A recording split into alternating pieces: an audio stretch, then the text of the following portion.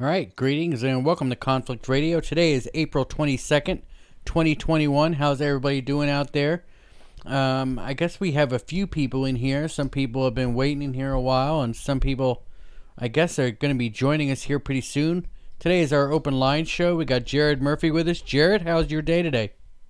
Oh, it's just fabulous. Just fabulous? Yeah, that's the best I could come up with. No hook on that. Well, that's awesome, man. Well, I'm glad you're feeling good today. Is there anything new going on in the world of archaeological discoveries? I guess we can get to before. There are. I think the capacity that we've discussed for a while in nanoarchaeology has really gone kind of nuts now. I mean, I think we've already talked about the flora and fauna that's been deciphered from under oceanic sediments of Doggerland, which is Scotland, Ireland, UK to France, has all been one giant landmass, and it's sunk. But as little as 4,000 to 6,000 years ago, it was above water. But these areas, having sunk, they're subject to tidals and waves and currents, and yet they've been able to extract sediment that they're confident is flora and fauna from Doggerland when it was above ground, above water. And that's have they found any like Stonehenge structures that have been sunk from Doggerland? Well, so there's one off the Baltic, but I can't really get. It's a megalithic ruin, and I can't really get confirmation whether or not it's real, so I just never talk about it. I could look it up quick. I kind of put it out of my memory. It kind of looks like a spaceship. It looks a lot like the ones that are in Japan, but are you talking about that Millennium Falcon looking thing? Yeah, I really can't get any confirmation on that being real. I have seen that. That's pretty cool. Well, I guess we're getting some people in here. Long Island Bigfoot is here. Hugh is here. Aura Wright is here. Mr. Fox is in the house. How's it going, Mr. Fox? I see Reek and Havoc in here. How's it going? We're developing a pretty loyal fan base as we get into this show. Have you noticed? Yeah, there are people who are in it to win it. Why go to Rockfin or go to Roku? Why go to Roku when you can do this live? Yeah. Well, I love my Roku. I do. Yeah, but how many times? I cannot believe in the last few days how many people just talk about, I'm watching Friends for the 27th millionth time. Oh, you know what my wife and I are watching? Oh, boy, Friends? Dallas. Remember that old show Dallas? Oh, my God. Yeah, we started at like the 1979 show, episode 1, season 1 of the old Dallas with J.R. Ewing and Jock Ewing and Bobby Ewing and Sue Ellen Ewing, and boy, we're watching that crap out of it. I think we're on episode, we're getting close to the season finale of episode 10, or season 10. We're literally going through the entire show, and we're even going to do the new ones that were on TNT when it's all done. And we're going to do it, and then afterwards, we're going to go through, we have a deal. She's watching Dallas with me, and then when we're done with that, we have to do every single episode of the X-Files. So that's our deal. Wow. But that Dallas show is pretty good. Which one? Dallas, that's pretty good. You know what's funny is I was too young. I never watched it first time around. I should probably give it a chance. I mean, it was like one of the most popular shows forever. About the loyal fan, to actually be able to say Aurora, Hugh, Mr. Fox, Long Island, it's kind of funny to go and say hi and not have to try to ask a guest questions and type at the same time. I do like this. Stars Nova says Star Trek for life. We've already gone through every single Star Trek episode, except for Deep Space Nine. We just never really gotten into that. But we do all the new Star Treks on CBS. The minute they come out, we're subscribed to CBS. I mean, we're not right now because there's no new Star Trek right now. But when they do come out with new Star Trek, we're subscribed and we watch them every single week. Hey guys, and yes, I already hit that like button. You guys hit that like button, will you? My fave, X-Files, Aura says, I hope I'm saying that right, Aura, And then What the Heck is also here. Mr. Fox says X-Files was good. X-Files. Yeah, I've seen an episode or so here and there. My wife, she's seen every single episode, so we have them all on DVD actually. She bought every single season on DVD. So of Dallas? No, of X-Files. Oh. Yeah. I don't know how I translate that to Dallas. I'm thinking about whether or not I would seriously consider watching Dallas. Oh, Dallas is actually pretty good. J.R. Ewing is awesome. I love him. She likes the whole Bobby and Pam dynamic. So. I don't know it. I'm completely blind other than the fact that, I was watching I Dream of Jeannie. It's hard for me to watch JR be the astronaut from, I Dream of Jeannie. It's pretty easy. It's pretty easy. Mr. Fox says he's like Dallas. The Twilight Zone, he says. So, guys, this is our open line show, so it's, I suppose, whatever you guys want to talk about. I only watch the X-Files episodes about aliens, wreaking havoc says. I'm going to go ahead and, I guess I'll just pull up this open lines line for you guys. We've done quite a few of these before, but I guess we get a few calls every now and then. Nothing. Yeah, on that note, while everyone's listening, I will be live at America's Stonehenge, so you can get a $10 ticket and watch it virtually. You could pay $29.95 and get 6 months and on Not Aliens and watch the event. That's another option. Of course, you can come to Salem, New Hampshire, but I still recommend you buying the ticket online so that I know you're coming because it determines the venue size. But that's Salem, New Hampshire, America's Stonehenge. That will be Saturday, May 1st. Michael from Dark Hour Paranormal will be there. Of course, Conflict. We will be doing a show on site. We'll live stream a show from the site. And then Dennis Stone and I, the owner and curator of the site, we have some work to do and some prepping to do to plan for some archaeological work that myself and Jennifer Deo are going to do. A little bit of engineered soil, maybe a little bit of dolmens, maybe some other surprises at the site. But we're looking forward to it. It's going to be an exciting, fun trip. The site's very interesting. It's 110 acres. There's an acre and a half. That is the primary site that most people come to see. You don't have to walk 110 acres, but it's all going to be there and open on Saturday, pending no crappy weather. All right, so that's the phone booth where I am. If anybody wants to give a call, that's the number to it. Call and I'll pick up on the phone booth there. No, I'm just kidding. I'm not really there.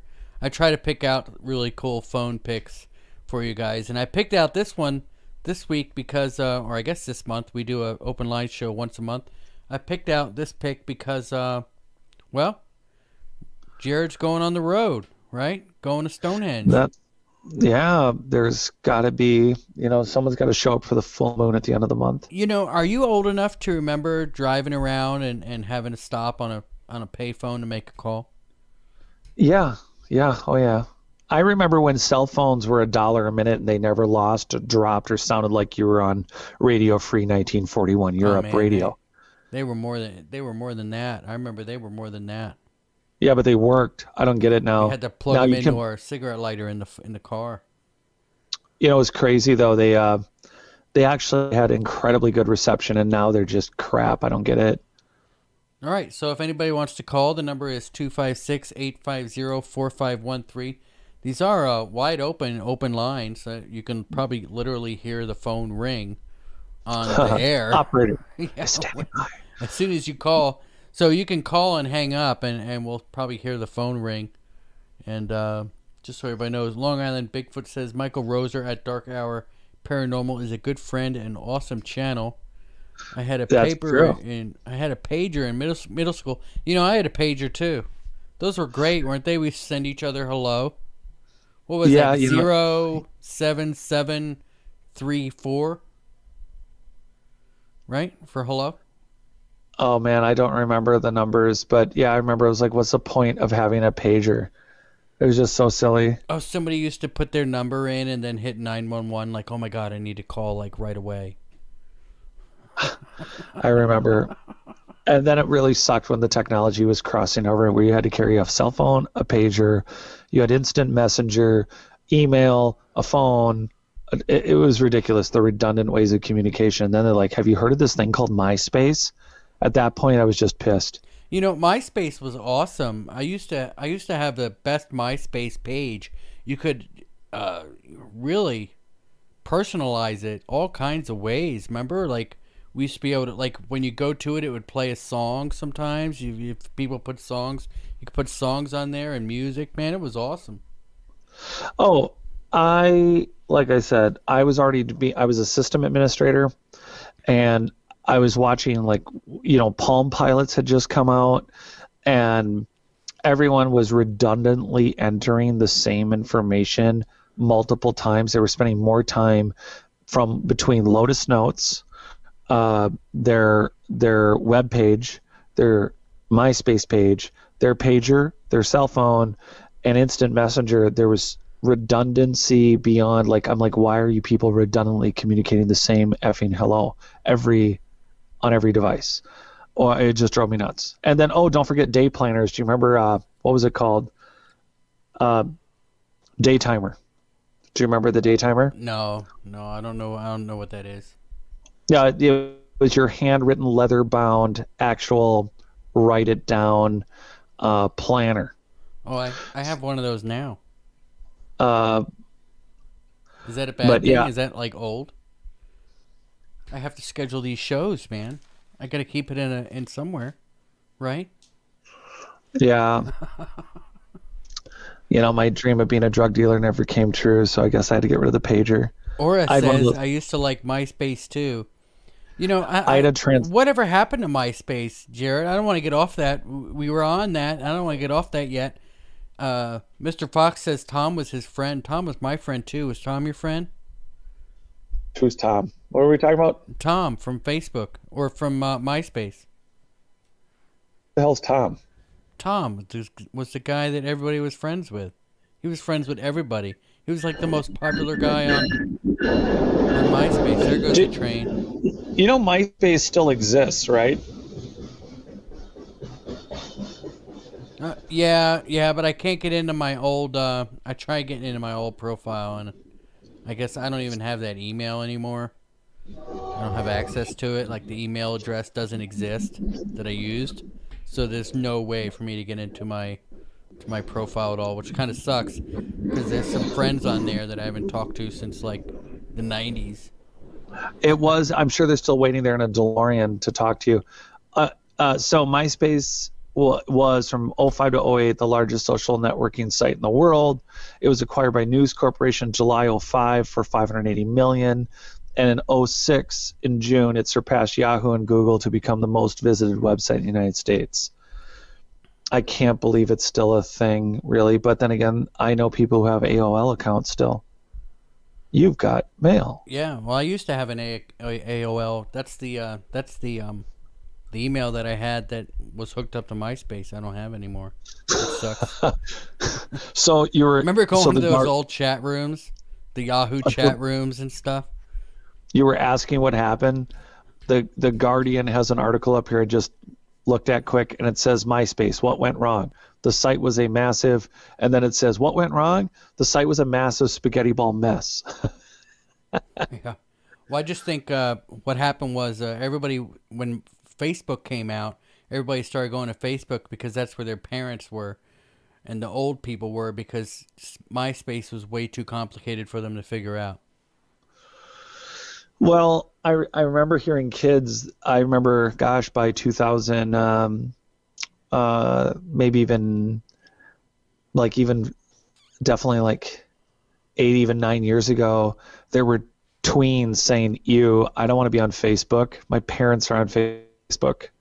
Yeah, and I remember when I first signed up for Facebook, I was like, this is lame. Like, this is so God. stupid. I can't personalize my page. I can't put music on my page. This is stupid. But I was on it because, well, my parents were on it, and my grandmother was on it, and my aunts and uncles were on it. The old people were on it because it wasn't complicated at all. So it's basically like everything Apple. Yeah. So Eric Jorgensen, I guess that's Jorgensen, something like that, just joined the channel. Have you ever interviewed Dan Winter? Stuff he talks about jives with easy water and cynatics. Have you heard of him? Who? Dan Winter. We haven't had him on the channel. Yes. So I've actually quoted some Dan Winters stuff, and we've actually talked about him a little bit, but he actually gets into the toroidal fields, the magnetic toroidal fields he discusses the human heart, and cellular structures, and quite a brilliant man, very brilliant. But there's some really, really great YouTube and documentaries and interviews with him. Blue Chicken, I can say hello to you. Hi, live. Timbo's in here, and Hugh is in here. Chuck Bam just joined. Where is the shapeshifter Blue Chicken? He's here somewhere, Chuck. He's looking. So, just so everybody knows, I guess the phone line's up there. If anybody wants to give a call and get on the air, and we could talk about whatever it is you want to talk about. I guess we've got about 30 some odd people in here. If anybody wants to. I totally agree with Mr. Fox about I hope Facebook. I honest to God thought the Facebook and Kardashians would go away simultaneously. I really did. I thought it would all happen at once, and it didn't happen. Yeah, they're just getting richer and richer. Well, like you said, older people, it's a very easy interface. It makes sense. Well, let's talk a little bit about America's Stonehenge. I guess we got this coming up. Yeah. When are you leaving for there? So we'll be leaving next week, and we will be we'll be at the site, and we have preliminary work to do. Like I said, we're planning.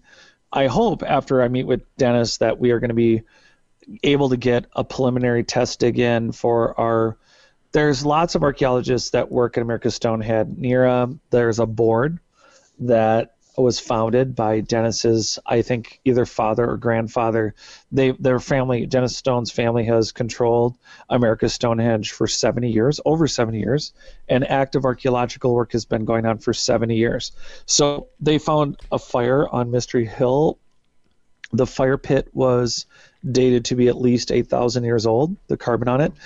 Scott Walter from America Unearthed has filmed out there multiple times. You guys can catch that episode a couple different ways. He's on YouTube with it. You can catch the America Unearthed episode. But it's a very interesting site. So we're planning on meeting up with Dennis and Michael from Dark Hour. But we will be doing some preliminary work to decide.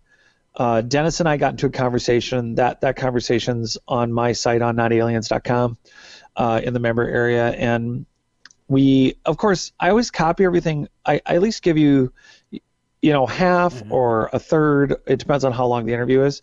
But you can always go to my Not Aliens YouTube page and usually check out the beginning and a decent chunk, depending on your availability, of an interview. And I like to get in depth with people. So, like we do on this show, it's not enough time to really get anywhere with somebody in a 30-minute or hour interview. So anyway, Dennis and I got into it one day about a drain field that they've done some preliminary excavations in 1967 and 68. So by drain field, anybody who's done anything outside and had a septic system, it's a drain field exactly like that. There's actual, and we found this out from Dennis when we did our interview with him on conflict, that there are like boy size, like small human can crawl through them, drain systems from the top of Mystery Hill.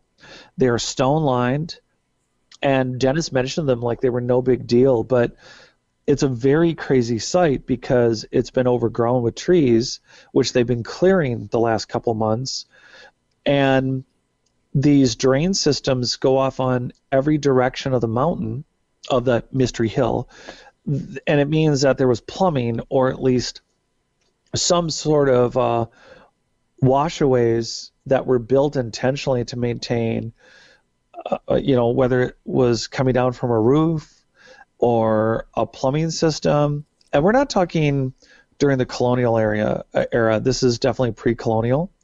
And one of them is very mysterious in that it drains out to a field that they excavated in 67 and 68, and it appears to have been built just like a modern drain field where it has small stones, medium stones, larger stones, and it allows the water to get absorbed deeper, faster, instead of it backing up into your drain system.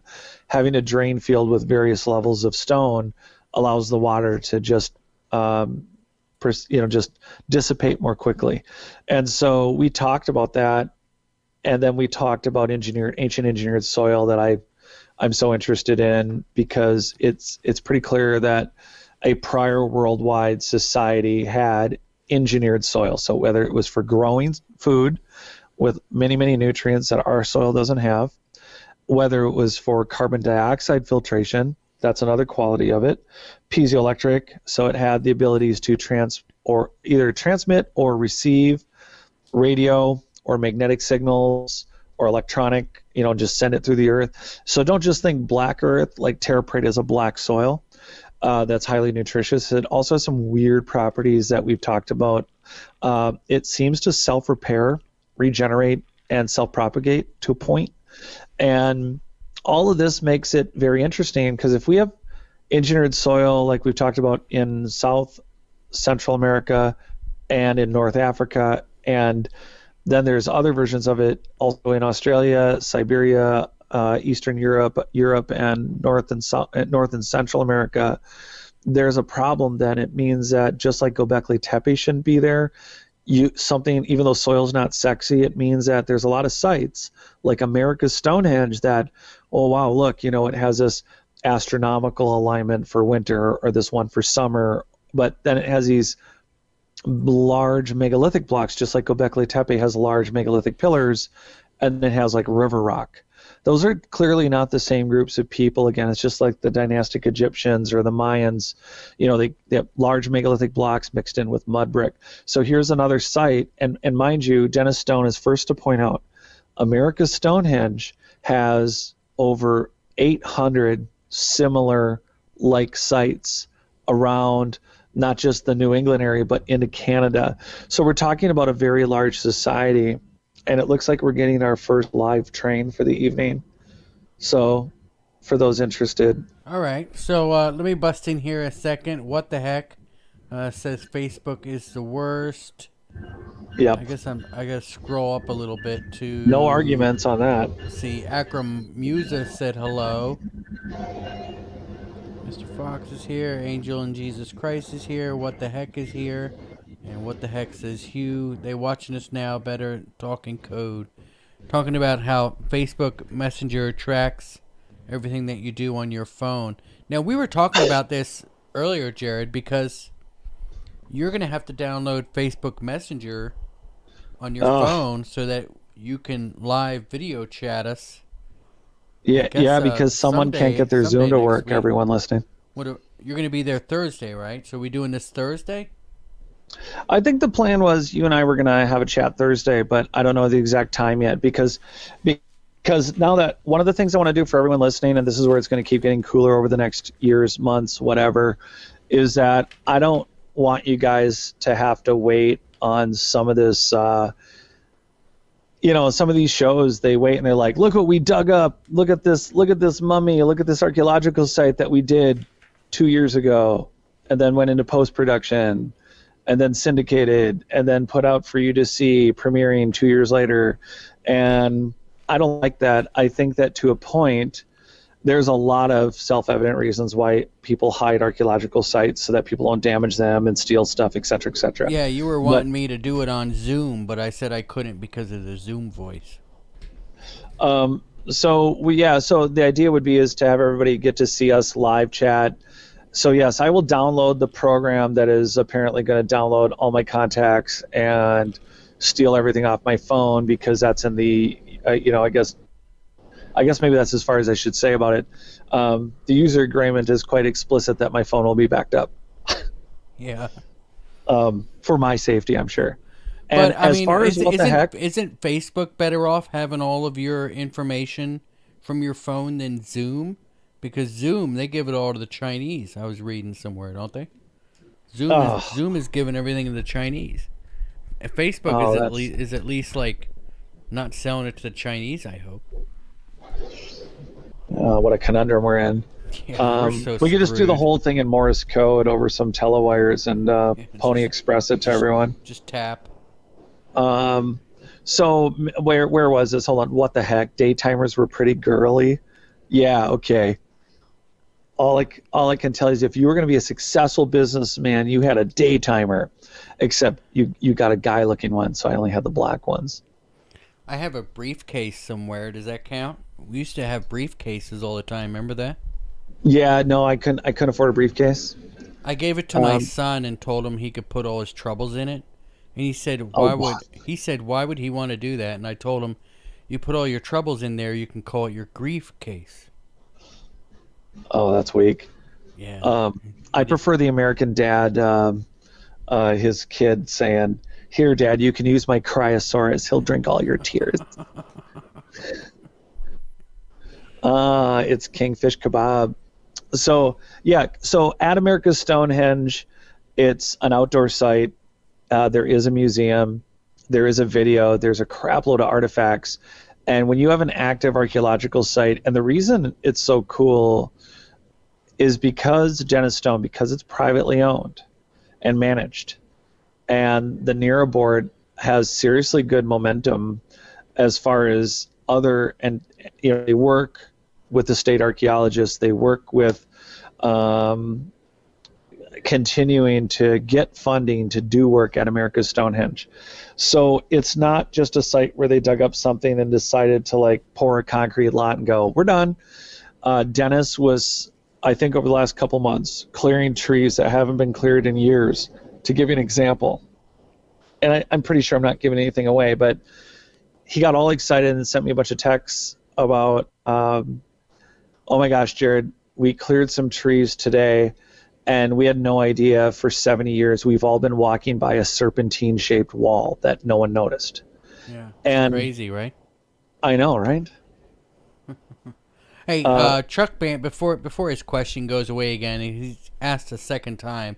So let's get Chuck's question in. He says, "Can Jared give his definition of quantum?" Oh God. Okay. So the subject of, Schrodinger, Max Planck, splitting and/or expanding atoms. I mean the Schrodinger's cat. I mean, I'm not sure what you're going for, but the science of subatomic. And so here's the deal. I'm a huge fan of Ken Wheeler. So Ken Wheeler, I think, really did nail what magnetism, i.e. gravity, i.e. the fundamental basics of what we used to call a particle. In particle physics, the idea, when I started reading quantum mechanics, the first book I read was In Search of Schrodinger's Cat. And I was 18, 19, and, you get into Schrodinger's cat and the idea of duality of states and the split, the split light, all the theories on why do things at the quantum level react the way they do, subatomic particles, that there is a atom with a nucleus, and we've come so far now as to understand that this toroidal, everyone's getting excited about toroidal fields and the idea of a donut-shaped atom, the model, the atom itself is changing. So what quantum physics was when I started getting interested in it, 20-something years ago, is very different, because even to this day, and bringing Ken Wheeler back up, the theory is that there's a duality between, this is their excuse, like all science when they are at a dead end, that simultaneously light is a particle and light is a wave. And I think that Ken Wheeler's work, in reference to where we're going with, the idea of multiverse, subatomic particles, quarks, etc., when we get down into subatomic particles, the idea is that simultaneously everything is a particle and everything is a wave. Ken Wheeler refers to it as the cult of bumping particles, and I have to admit that theoretically speaking, and again, even the electron, I mean, there is a number of theoretical particles. They're not actually proven to exist. J.J. Thomson's work, he got a Nobel Prize for it, but it was only after even he didn't think it was a particle. And the idea of it being a field perturbation, that everything is waves, frequencies, energies, a field perturbation. So there is no light. Like, how does light, if it's a particle, transfer through a piece of glass and immediately speed back up to the speed of light? What's propelling the particle if it can travel through glass and speed back up to the speed of light? How is that possible? And that's one of the examples Ken Wheeler gives to explain a field perturbation.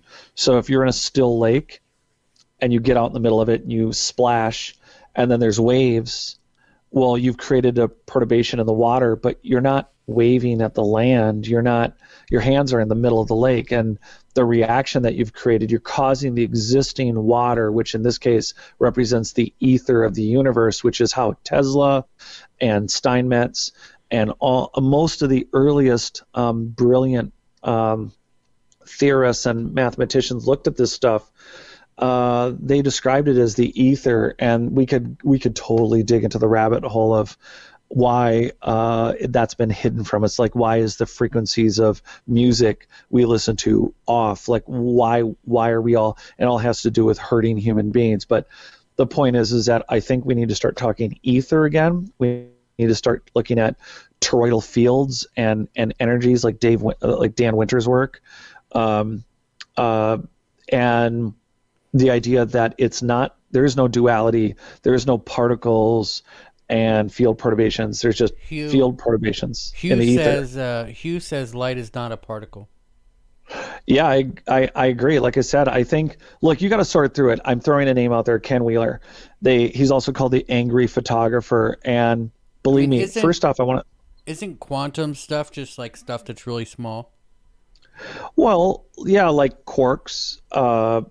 There's like a million different. So here's the problem when we start talking about, like, quark is a subatomic particle, right? Well, cork for a wine bottle? Yeah, like exactly that. Cork. That would be more of a cork. But I wonder how many corks it takes to make a cork. How many corks could a cork if a cork could cork? Yeah, something like that. Or wants to know, and I'm going to interrupt because this is the show for them. So I want to move off the whole quantum thing just for a second, and let's talk about if Stonehenge could possibly be a portal or not of some kind. Yeah, so there's some theories on that. Because it's either totally coincidental, but it seems to line up with, I feel like this is a fun thing to do, and even I think Dennis admits it could be a coincidence, but it lines up with Stonehenge and it lines up with Easter Island. And so that's kind of, could be super coincidental, but it could just mean that it's, in line with other sites. And I know I'm the one who geeks out about, in quotes, nanoarchaeology, but we have when you look at pictures of America's Stonehenge, I guess you could share a picture if you want. The thing about them. Oh, yeah, I guess I could, right? Yeah, so the thing about them is there's these large slabs. And then there's a whole bunch of stacked, river rock, basically river rock. And so is this really bored eolithic construction, Neolithic, cavemen just stacking what they could? One of the theories goes that it's mushroom houses, that this was built by colonial people, and they were just using them for mushroom storage and dry cellars. That is maybe eventually that's what they were used for. Well, I don't think that these structures would have been pre-Ice Age. Right? Well, so herein lies my question for you. Either the stones you're looking at there are natural, as in they just found them, or they harvested some of them. So actually, do you see So like there's like it could just be a natural slab, and they found it, they stacked it, called it a day. But there's also a chance that we are making some big assumptions about the North American continent, as far as like there are dolmens, like the Montana dolmens. There are some very megalithic style constructions. So it, to me, like when you look at that rock on the right, it could be natural, super easy, could be natural. But What, this one here? Or the this one on one? the in your main photo on the right, or are you looking scrolling on your left? No, Um, Yeah, so like some of these, they just could be like native and ancient indigenous people could have been really excited about, hey, we found a big rock, we're gonna make this be a. It's really hard. You can come up with easier ways to do it, but it's very hard to lift this stuff up. And so, is this just coincidence that they found whatever they found? They used some big ones, they used some small ones, and they created what we're looking at? Or are the larger pieces weathered remnants like standing stones or menhirs, or whatever? There's a million different terms for dolmens and standing stones, and the questions are, why use such disparaging stones? And the short answer is, well, that was what was laying there. Or like Stonehenge, which has been rebuilt so many times, is it a case of later peoples coming on very abandoned and weathered pieces? Yeah. Okay. So something else that people may not know about. Yes, they raise. Yes, there you go. oh, you're Um, talking about the little. Alpaca. So America's Stonehenge, they do raise alpaca. So you can go and we can look at this ancient site and pet some alpaca, I bet. Well, it says right here on TripAdvisor that apparently every scientist who has visited the Northeast has agreed that America's Stonehenge is a hoax. Oh, wow. That's now there you go. There in itself is a um, I think the state archaeologists in New Hampshire and the greater New England area, there's a number of very prestigious archaeologists, just really well scienced human beings that have gone out there and looked, and they didn't replicate 800 sites like this. Okay, I'm not saying they look like America's Stonehenge, as in they laid it all out the same with a mystery hill, et cetera, et cetera. There is clearly a remnant society and culture that built in a similar fashion in that area to Canada. So it's not a hoax, but it was my concern too. When I start looking at sites and when I start looking into research, you got to look and see, is it real, is it not? And one of the things about these sites that makes it super fascinating is, again, I'm looking at field archaeological reports from real archaeologists that have been doing this for 70 years. These are all very serious. Archaeologists, as usual, are mostly all very sadly stereotypically conservative. So they don't really jump to conclusions quickly, and they take a methodically, sometimes excruciatingly long time to do anything. And many, many, many people have done work at that site, and it's not an issue of whether or not the site is real. The issue is how many different indigenous and or nomadic peoples have used the site prior to colonial occupation, and it's definitely been there. There's no line on the work to identify just even the one campfire. And part of the work while I'm there is to look at opportunities that are buried. Like there's a solid seismic indicator that shows there's a dolmen that's buried on site. And again, the NERA board, it used to be run by Dave Brody, used to be the head of it. Dave Brody just wrote his 14th book, Romerica. He's a multiple best-selling author who is on the NERA board. And they, in fact, while we're at it, since we're doing this, more trains. Um, let's do some looking while we're here.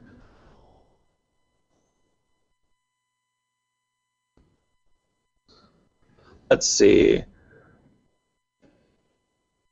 Oh, NERA is also short for palm nectar, if anyone's interested. I thought I'd look up.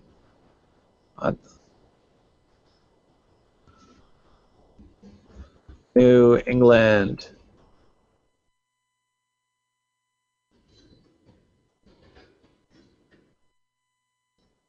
Let's see. Just for everyone, New England Antiquities Research Association. Train. Okay. Northeast forests have long encountered various stone structures. Something else I haven't mentioned. There's been some new, some of the universities locally have come out, and it's one of the first in the whole world.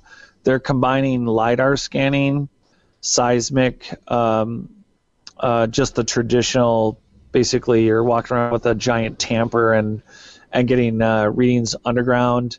They're combining that with satellite, and they're actually doing some new mapping of the entire site. And all right, let's take a sec. Apparently, while you were looking that up, I was yapping my mouth and had the thing on mute here. So I want to just go ahead and give a shout out to Akram Musa, who's in here. Kingfish Kebab is here. He says today is Earth Day. Dr. Strangelove is in the house. Nuclear Shadows, he says. Harley D is in the house. Just in Case is here. Does Jared live in a train yard is a question from Mr. Fox. Yeah, I always wanted to have film my dream as a 1920s hobo, and I always got a knapsack, with a red headscarf that has all my stuff in it, and I wait for a train to jump. Boy, it's busy. It's busy there today, isn't it? Paul Beska says it sounds like you live in a train yard. Well, I'm literally, I really am 20 feet off of it. And yeah, 20, 25 feet. I'm off so the Twin Cities has a main train yard that's about 9 miles long. It can be up to over 50 tracks wide. I'm at a section that's about 8 tracks wide, and it's a very popular area, art area. And I think it sounds pretty cool. I'm probably going to get a copyright strike, though, from somebody who has a channel just listening to trains all day long. Oh my gosh, you think there are? There's probably a subreddit train somewhere in the background. I own the copyrights to that sound. Yeah, I don't think so. This is live. This is an original, one-of-a-kind train going by. I'm looking at some of the current and previous NERA Journal covers. It's pretty extensive. They do quite a bit. Triad of Technologies webinar. There's a lot going on between the New England Antiquities Research Association. Jennifer Deo knows people that have worked with the association or been on it, the archaeologist and my friend that we're going to be doing work with. And for us, look, America's Stonehenge, for Dennis to make it accessible to people, part of it's because people go and support the site. And at the same time, this is a great divergence from the internet's general opinion. And again, that's the last engine there. But the difference between anyone saying that, in this particular case, that the site isn't real, it's a lot like saying dynastic Egyptians built the pyramids. You're on track with everything that you're saying here, Jared. Oh, who said that? You or was that in the chat? No, somebody said it in chat. I stole their joke. Oh, nice. That's it. We're going to plagiarize from our own our own group dialogue. So what's interesting is that so NERA is I guess I could post it in the chat here. I'll just copy it. I'm on the research page. I'm just going to copy it over into the chat, and you can certainly look through it on your own. And this is one of the fun things for everyone listening. This is a chance for you to go down rabbit holes that are real. It's not about believing. Science is not about belief. That's where belief is where faith or woo-woo starts. It's just simply we go with the facts we got, and then we go from there, and absolutely just start with that and get the research we need to expand our views, expand our opinions. It's not a belief system. If anyone's pissed off that you don't believe their facts, they don't have facts. That's called a cult. All right. Well, let's talk about. Oh, I guess we should talk about this a little bit. You're friends with Scott Walter up in Minnesota, right? Can we say that on air? Yeah, yeah. So he's filmed there. So America on Earth has an episode. You but guys can watch. He has that awesome lab. How far are you from that lab there? I pass it daily. And from where I'm sitting, it's 3 miles away. Have you brought him any soil yet to study in his lab? No, so ongoing, it's much more complex, and everyone knows why. No reason to get banned for it, but we are planning a trip to Tiwanaku, Pumapunku / Peru, Bolivia, and we will be trying to sort out the logistics of that exact question. So, of course, I would like to involve Scott with that. I think he would, he's a forensic geologist, so I expect Scott to... Wow, that message was deleted by the Google moderator team, whoever that is. What do we have? Do we have Google? Yeah, it says that your link. It says message deleted by the Google moderator team. Do we have like a Google moderator team like in our chat, like that can delete messages? You're kidding? You mean they deleted NERA? Yeah, that's. I mean, can you not see? Can you not see the chat room there? Yeah, but I didn't see that. So for everyone listening, get out your pens. Those are things you used before you had a phone. Or get out your phone. So try this one on. N is in Nancy, E is in elephant, A is in apple, R is in Robert, A is in apple.org. NERA.org. NEARA.org. I can't believe that got deleted. Yeah, I don't know why. Let's dance. Let's try it again, puppet. They've been erasing links all day today. Oh, I wonder what other things we can say that get us in trouble. Well, here, let's try it again. No, here it comes. Don't do that. Can you see it? I don't know. Man, we can't. They will kick you in the nuts, Mr. Fox. They're gonna totally take it down, dude. Did it show up? I don't know, but I want to look at it now. I'm gonna bring it up on the. I just sent it. I'll move it over here so everybody can see it. Stefan. I don't. Yep, it's gone again. They took it down again already. I grabbed it real quick though. All right, let's really mess with them. Hold on, let's dance. No, don't do it, Jared. I don't want to mess with Google. I type that. Well, they got conferences and everything. They got all kinds of neat stuff here. So let me get back on the question I was asking you. Yeah, I see it there. Let's see if that stays. They're gonna boot you off of YouTube, man. They'll take all of your stuff. Well, it's so interesting now that it's out there. Scott Walter did multiple episodes on America on Earth about it. I like how it's not gone yet. Why? Is it because we're in a live show and people are actually listening? I don't know. I don't have any idea. I guess Chuck Bam. Mariska Brown, Paul. Hello. It's not deleted. There you go, guys. And for everyone listening, unless they're going to mute me.org. mylasttypo.org. All right. Take that, you effing fascist. I wonder if they'd allow me to put the link in the description for the... I can't believe that they just did that. That's the craziest thing I've ever seen. Can you believe it, everyone? That is George Orwell. I think like they could delete things in chat that I don't... Chuck Bam just got something deleted. Did he? By the Google moderator team. No, I see it here. It's Facebook link. It's still there to me. Can you believe that, folks? We are watching live socialism. Don't say that, man. Don't say that. God damn, man. You're going to get us in so much trouble. Just hit that like button, everybody. I guess I'll just close that out. Which part? I just close that out, like, whatever. These people are ridiculous. I just can't believe that I whatever. Can I say America? Yeah, no, I don't know. I guess, the things, the momentum is already happening. The work is already being done. I mean, what's the point of even outing yourself to censor something when in reality again, it's such a house of cards. We have a massive history. We spend lots of shows and dialogues with everyone. The whole point of me going to by the way, for everyone listening, I don't think I made this clear.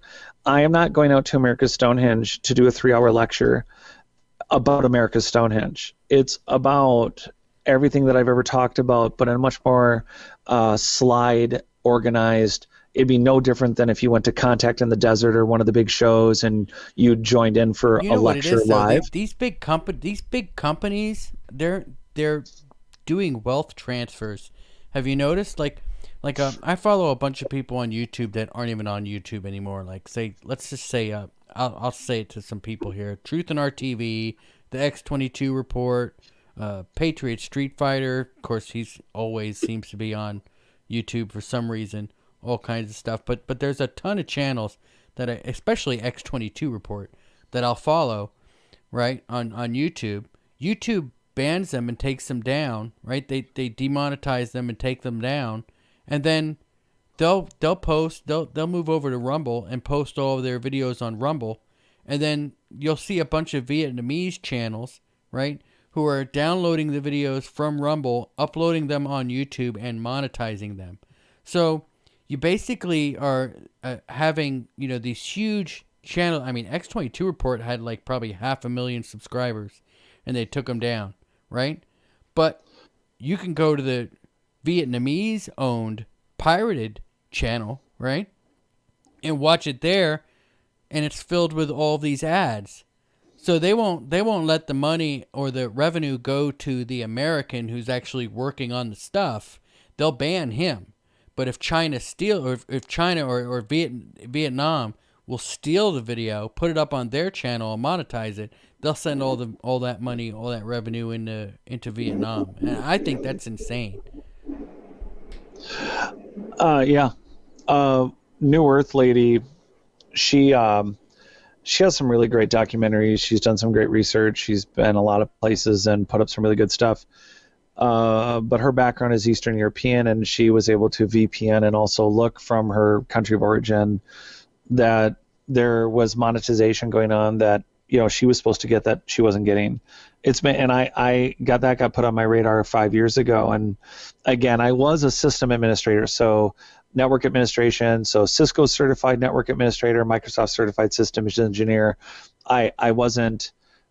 Most of what I did was help manage 100 servers and 680 desktops and they run 13 training facilities. But when you're in a system administrator, you're in front of all sorts of crazy stuff. Generally, corporate employees like to find all the things most people will find in 2 years, but half their job, 6 of their 8 hours a day is spent trying to,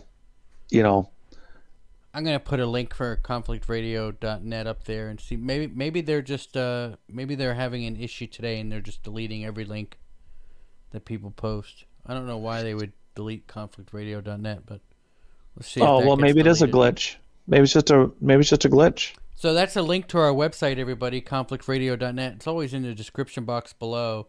You can always go to the website and check out our store. Check out our, I put together a pretty neat little page there. I think it's not like the coolest looking site in the world or anything, but it works. It does the job pretty good.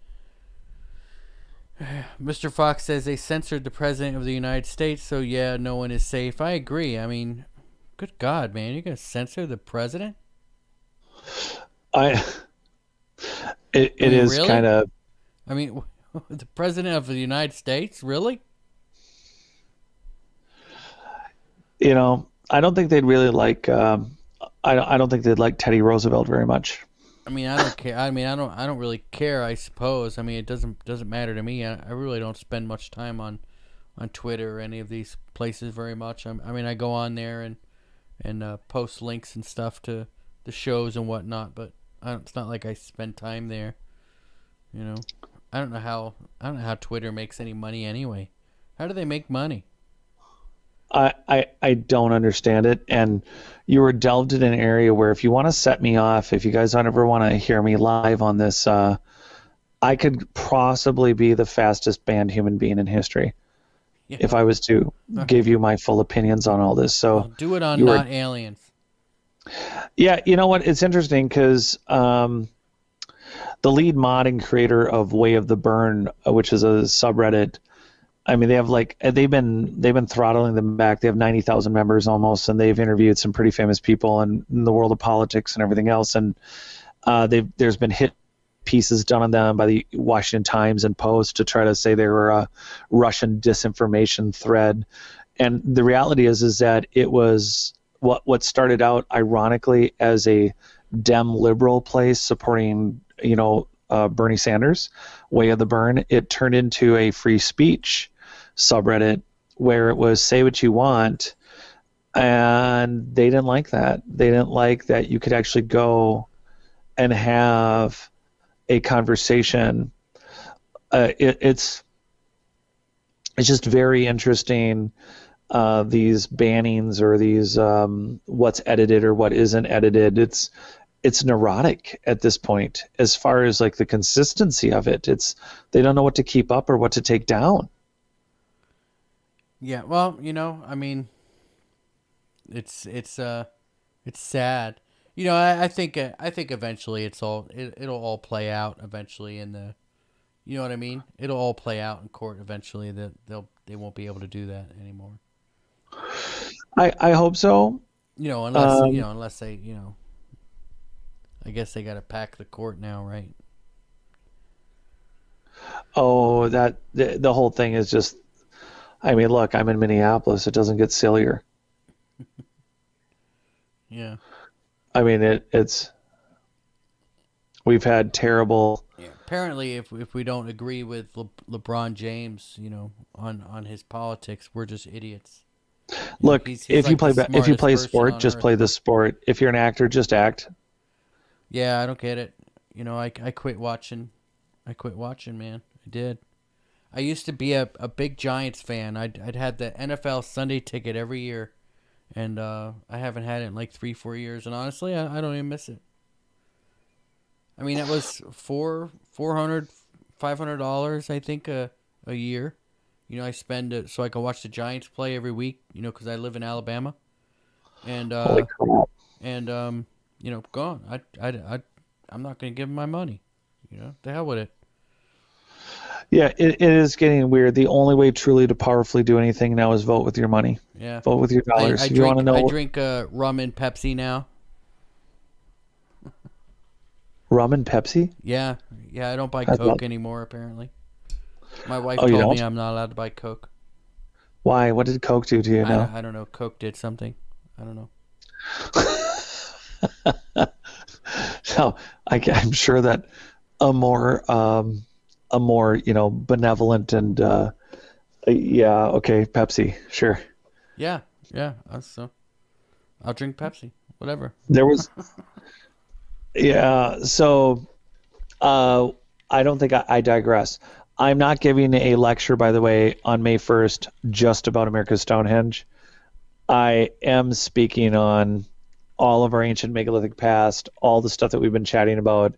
It will be in way more detail with the slides and everything. And for those that join on Zoom, like I said, it's $10. But if you join, again, you're welcome to show up to America's Stonehenge, All right. and we'll have a location set for that. But otherwise, back digressing into corporate sponsorship.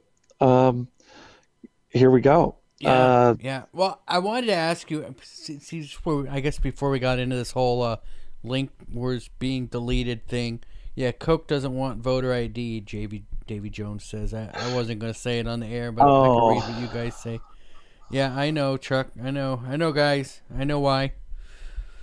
I wanted to talk to you about, so are you going to get you're going to America's Stonehenge, right? You're going to be there. Can't you, are you going to, take a little bit of dirt and bring it back to Scott and have him analyze it in his lab? Well, so Scott's done work at the site also. So what's exciting is to be able to do a live chat with everyone so they can see the site.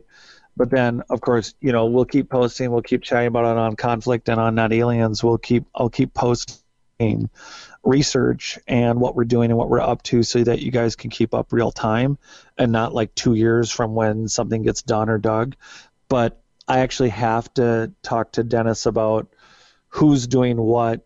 I'm not jumping in on someone else's work, but it's for me, I have to know what work's been done, and it's not about not repeating someone else's work. My interest is my interest is exactly that. My interest is in doing work that includes engineered soil, the megalithic sized stones. What's his name? I'm blanking. But the site has so many different aspects and 70 years of research.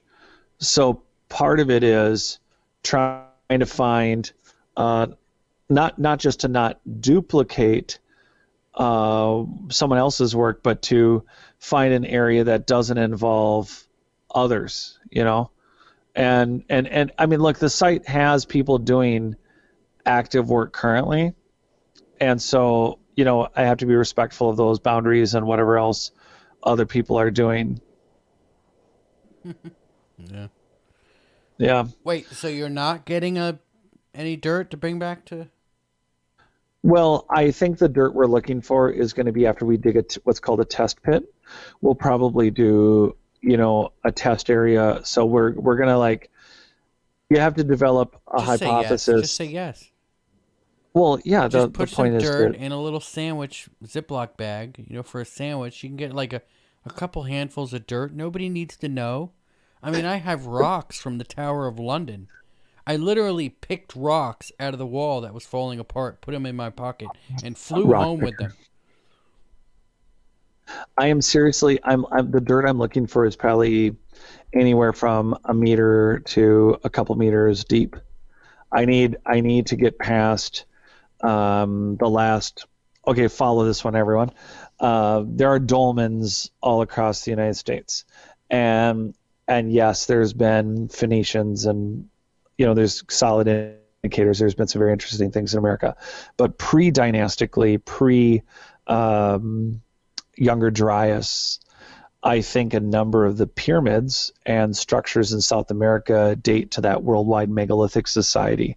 So I have to determine the layers of earth that have built up. There's every so many, there's so much, inch of earth per so many hundreds or thousands of years, depending on the area, weathering, flooding, ice age, you fill in the blank.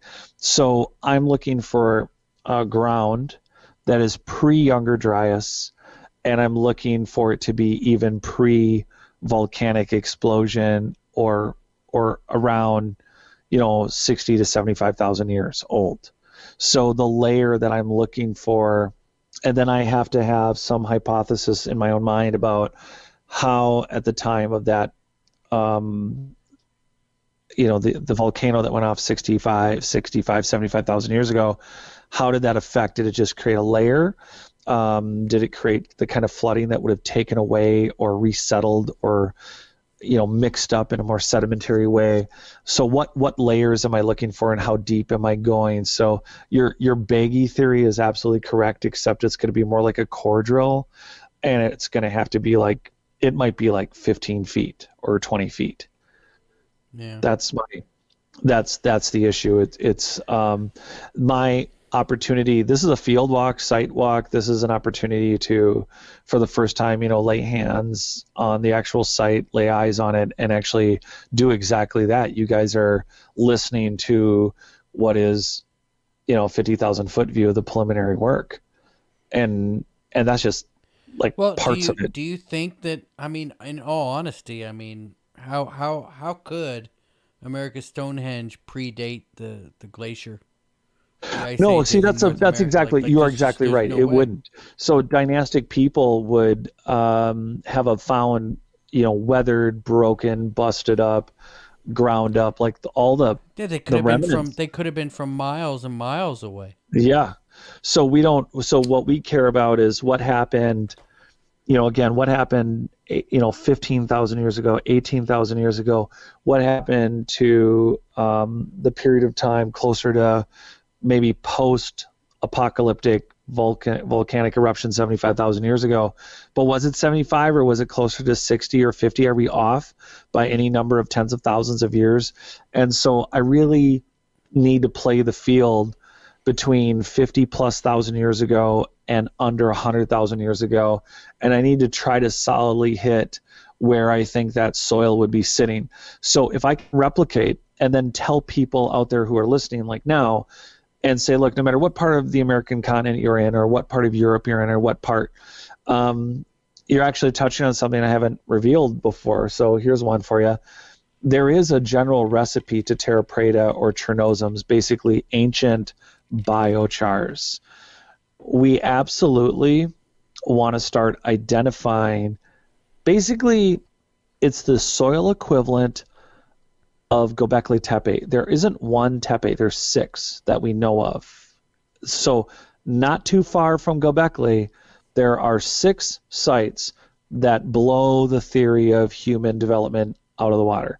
They are at a minimum to 12,000 years old. They forever, for the last 5 years, it was quoted, they were like 12 to 18,000 years old, 16 to 18,000 years old, maybe even older. And now it's been whitewashed to like, well, they're at least 12,000 years old. So they've just, even though they're still saying they're at least 12,000, they magically shaved off 6 to 10,000 years. Well, so, I was looking up some of these sites in Nevada, and did you know that in Nevada the U.S. Army has archaeological sites that basically researching Neanderthals? Did you know that they have Neanderthal sites in Nevada? No, yeah. I did not. Yeah. If you Google, what's that? Yucca Mountain, right? Is that it? Google Yucca Mountain Army or military archaeology, right? Google that, and you'll find all kinds of papers of how they had professors and archaeologists out there looking at Neanderthal sites in the Nevada desert. Hey, Spartan, how you doing? Spartan's in the house. Hey, Spartan, I just want to let you know I was at the post office today. You should have your shirt on Monday. So just wanted to say that. But yeah, dude, Google that. It's pretty interesting. They got a whole bunch of paperwork on it. All these I guess, man, that's a long time ago, the Neanderthal, right? Yeah, well, and we know, even standard academia knows that between 50, 60,000 years ago, Neanderthal, Denisovan... Yeah, actually, don't Google it. You got to duck it. Yeah, or I don't Google anymore. When I say Google, I meant ducked. I ducked it. I ducked the shit out of it. No, I agree. I mostly duck. But the Neanderthal, Denisovan, and a mystery, in quotes, 14% human.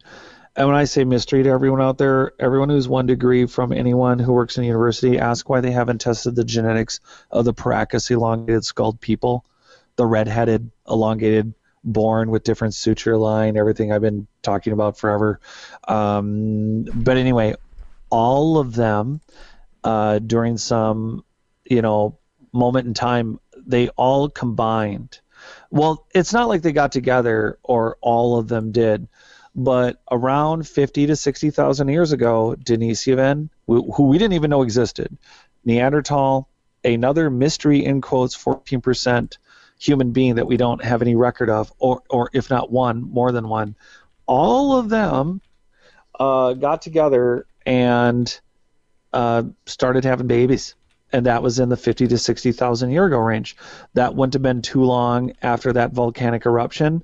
The dynastic period of obviously Egypt and the Mayans and the Olmecs and the Toltecs and the Aztecs and all of that jazz isn't until post-Younger Dryas. So we've always made this assumption. There's a new assumption that we're just getting our hearts and minds around that, oh, you know what, like after the Younger Dryas, it was really bad. Everything was messed up. So it's pretty clear that ancient Egypt, Tanis, everything that got blown up and vitrified and or like really weathered and old, it all happened pre-Younger, like that society was here pre-Younger Dryas.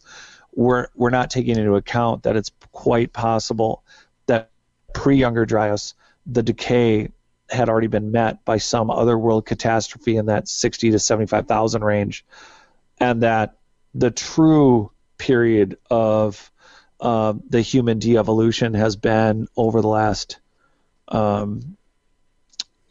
65 to 75,000 years. Yeah, I don't know if you can see this on the screen, Jared. This is the OSTI.gov, the archaeological program for the Yucca Mountain site.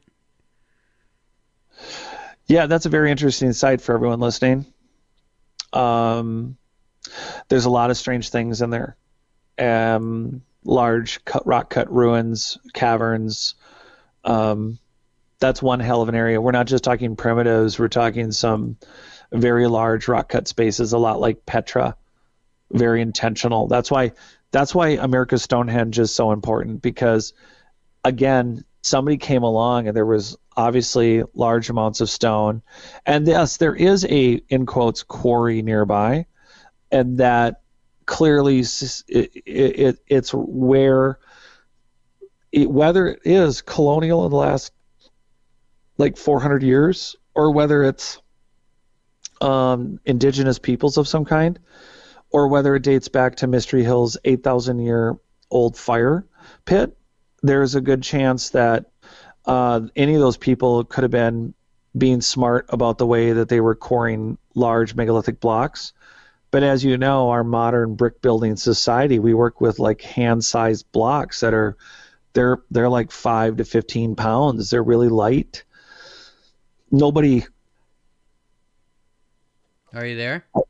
Yeah, I don't think that anybody was building with 180, 20-ton, 30-ton stones because it was a simple thing to do. I think that they were using them because they were there, because they were weathered remnant remains from an older period. But that needs to be proved out. I suppose I could scroll back down and look at chat again here. Yeah, I've been ignoring chat too. I've been looking into this Aborigine thing. Look into the DNA study of Dr. Ketchum. Leon Muhan says it was deliberately squashed. Don't read the MSM story. Look into the true story at Chuck Bam. And looks like they're still going off on Bing is Bill. Unseen entities probably. Female DNA is human. Paternal is unknown. Bigfoot is paranormal. Duck. Yeah, so there's all kinds of neat stuff going on with Nevada and the military archaeological stuff that's going on out there. Oh, it's so the worst thing that's happened to us was Graham Hancock. It's interesting because we've interviewed Michael Cremo, and everyone should go back and listen to those. Michael Cremo is brilliant. He's a lot older now, but Michael Cremo's work is very methodical. There's a reason they put him on archaeological congresses. They're like, if we can't beat him, we might as well put him in with us. The reality is that his book, Forbidden Archaeology, covers Clovis first, and it gets repackaged. And again, I'm not saying it isn't worth a read, but Graham Hancock has recently gotten a spotlight on it again because there's this dumbass theory of, I can't even filter this for you guys. This is more like we're just having a chat at a party. I just can't sound too technical. If for everybody who's new to the channel or whatever, this is our once a month open line show. We just kind of throw all kinds of stuff out there and interact with you guys a little bit. We don't really, more casual. Yeah, we don't really have any kind of purpose to the show. We're just kind of yapping. So this Yucca Mountain thing is exciting because here's 35 years of work, 10 years of work to get it out there and 30-something years of talking about it. But Cremo's work about the Clovis, the people they labeled the Clovis that came across the land bridge and apparently populated all of North and South America, but then magically disappeared because of the Younger Dryas. But now we have this, story that's going on here that is so far, no joke, folks. if you ask an archaeologist why they only dig to a certain, it's been asked and restated that on the coast they say, well, why haven't you dug further down? And they're like, well, nothing's going to be there. And don't you dig any deeper, and don't you find anything, because Clovis first. And this is dying. It's finally dying, that this whole archaic joke of an archaeological reference, but you aren't, as an archaeologist, supposed to find anything like Denisovan, Neanderthal. Remember, it's Africa. Everything came out of Africa, which also is a misnomer. Again, it's the theory. Indoctrinated theories have become facts. They're not facts, they're theories. And they're not like, well, they're a super good theory. No. They're a theory that people keep tabling facts that shine a light on that theory, but there's no proof. And it's because of our mindset on the age of humankind, and when it became, that stupid diagram of a monkey turning into a human. It's so not accurate. If you start finding Neanderthal, Denisovan, if you start finding other kinds of humans, other places than Africa, and now that we have mitochondrial even smaller than mitochondrial DNA testing on ancient, literally dust of bones can now be tested. And this is a new thing. It just came out in Science Daily. They're literally able to now establish, I think, a human record like we never have before, and it's not going to show that we came out of Africa. It goes back to something you said at the beginning about underwater oceanic archaeology. Nanoarchaeology is where it's going to be at. This whole shaken bones, like morphology, just staring at a bone, like Hamlet staring at a skull, or just looking at a mud hut going, yep, this is their epic achievement, and this is all that was here. They could cut really big megalithic pillars, but they didn't know what to do with wood. That's over. It's coming in our lifetime. Yeah. Duck, go is Bill Gates. Okay. Yeah. Mr. Fox says Bigfoot can change into orbs or spirit form according to Native Americans. Yeah, I wouldn't be surprised if Bigfoot is some kind of shapeshifter. We're actually having Varla Ventura back on the show on Monday. We're going to talk about, let's see, I have it in my book here, vampires and werewolves. So that'll be a pretty interesting show on Monday, guys. We're going to be live at 6:30 on Monday, and then we're going to Thursday at some point, at some time. I would imagine it's going to be early in the day, probably, maybe even like noon, 1, 2 o'clock, because we're going to need the light, because Jared's going to be in, I guess, America's Stonehenge. So we can't do a 6:30 show because it'll be 7:30 there. It'll probably almost be dark. So we'll have to think about the light, guys. So Thursday, when we do our live show from America's Stonehenge, I'll be here in the studio. Jared will be in Stonehenge. We'll be bringing the video from there, and he'll be able to chat with you guys while he's actually there on the ground, live on video. That ought to be a lot of fun for you guys who are in here all the time. Maybe we can get this. Maybe we can get the Sasquatch from the Purple Mattress Company to give us a tour. David M says the China lab just created the first human monkey embryo. Jason Brando says Yankees isn't owned by them. It's Russian, but not Gates. Let's see. Let me scroll up a little bit. Jason says very interesting topic and conversation. Thank you. And Davy Jones Locker says Nephilim. But I guess you guys are sure very active in the chat room. Remember, we do have the open lines going if anybody wants to call. I guess we've got about 10 minutes left of the show. So that's where we're at, guys. We don't get many calls, but I know you guys are here. You're 420, in the chat room. There's a ton of you here. Hit the like button. Make sure you're subscribed. The like button's always nice. Do you guys want us to continue doing this once a month show? I mean, I know nobody calls. A lot of people, they enjoy the chat room or whatever, but it doesn't seem like we get many callers on these open lines show. I think we've had 2 shows now, and where we actually had calls from the audience. You know what? That's true. So sticking on topic with phone calls.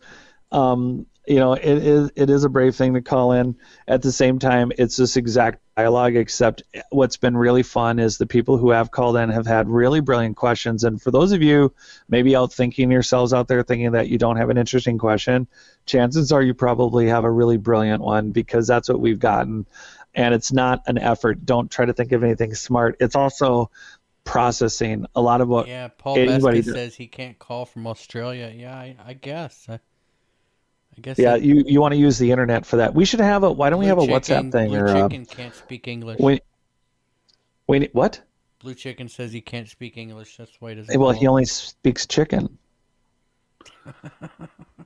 I did that joke with my wife the other day. Why don't chickens wear underwear? Yeah, with the peckers on their faces. Yeah, she didn't think it was very funny. What the hell? Yeah, that's a great joke. I get the dad joke look when I say stuff like that. Same thing with my briefcase joke. Nobody likes my stuff.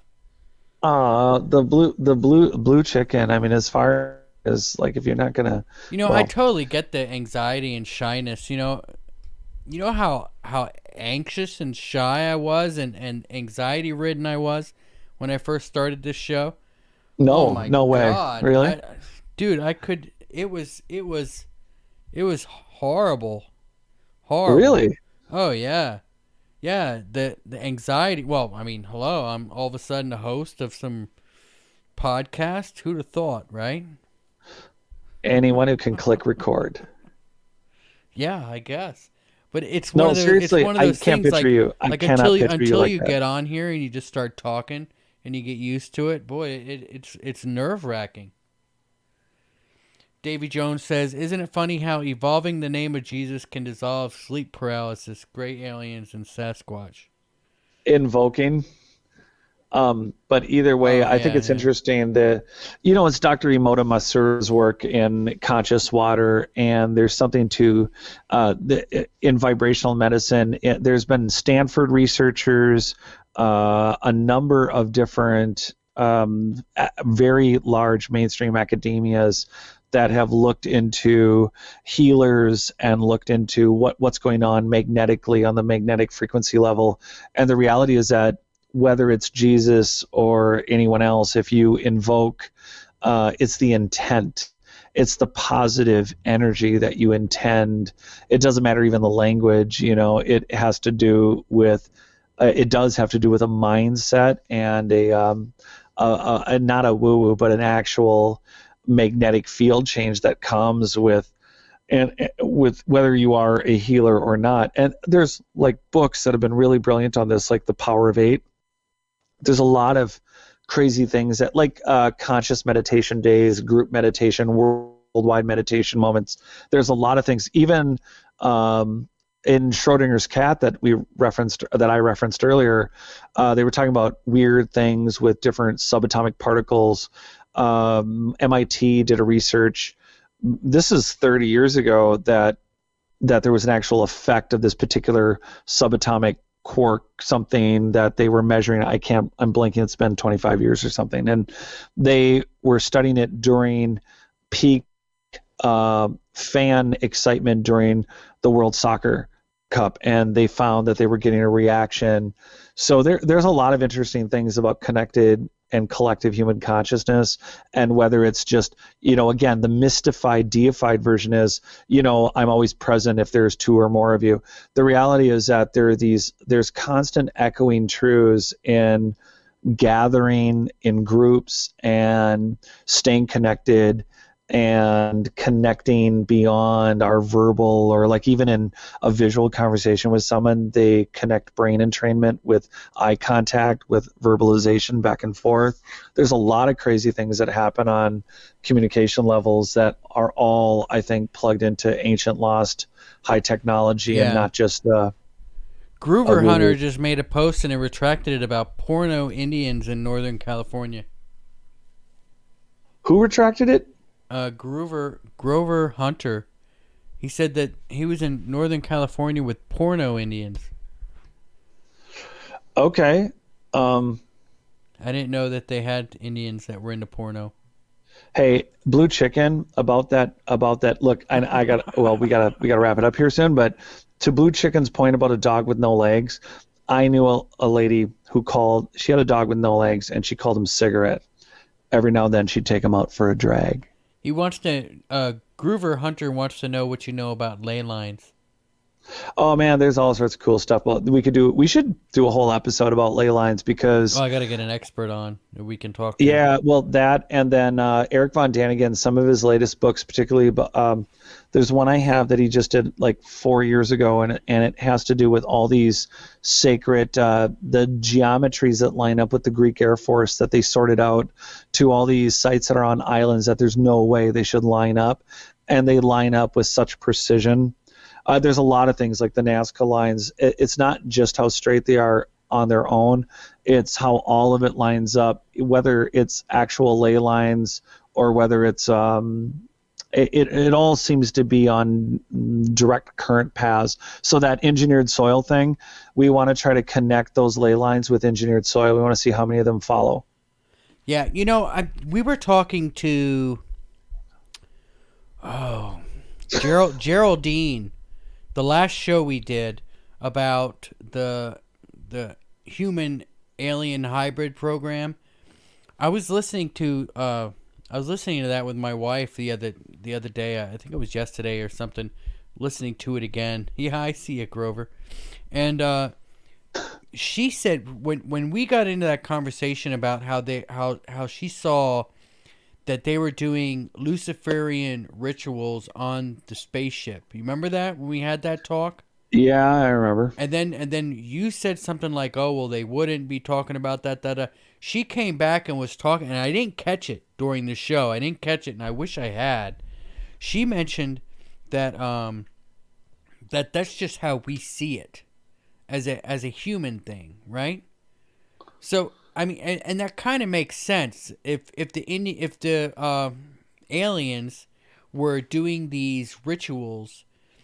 Would we not see it as bad? Like, I mean, if all of religion is a myth, right? I mean, and it came from somewhere, wouldn't these rituals that we associate with Satan, if they were performed in front of us by, say, aliens 5,000 years ago, I mean, you know what I'm saying? Like as far as the human perception of what's satanic and what's not satanic? Yeah, I think that we would perceive any, like, again, Merlin the magician, we would perceive very differently if it was really billions, trillions of nanobots in the air forming whatever it is you want them to build, or 3D printing, or your cell phone. I mean, there's so much, and again, that's an external understanding of technology. When biotechnology, when it's what we think of in quotes as nature, our very bodies currently, again, they keep describing genetic levels, cellular repair, regeneration as cellular switching. And we've chatted about it. We've started to scratch the surface. I think we're going to have to spend a lot more time in the future helping everybody out with vibrational medicine. Like, we talked about the salamanders and getting frogs to regenerate limbs.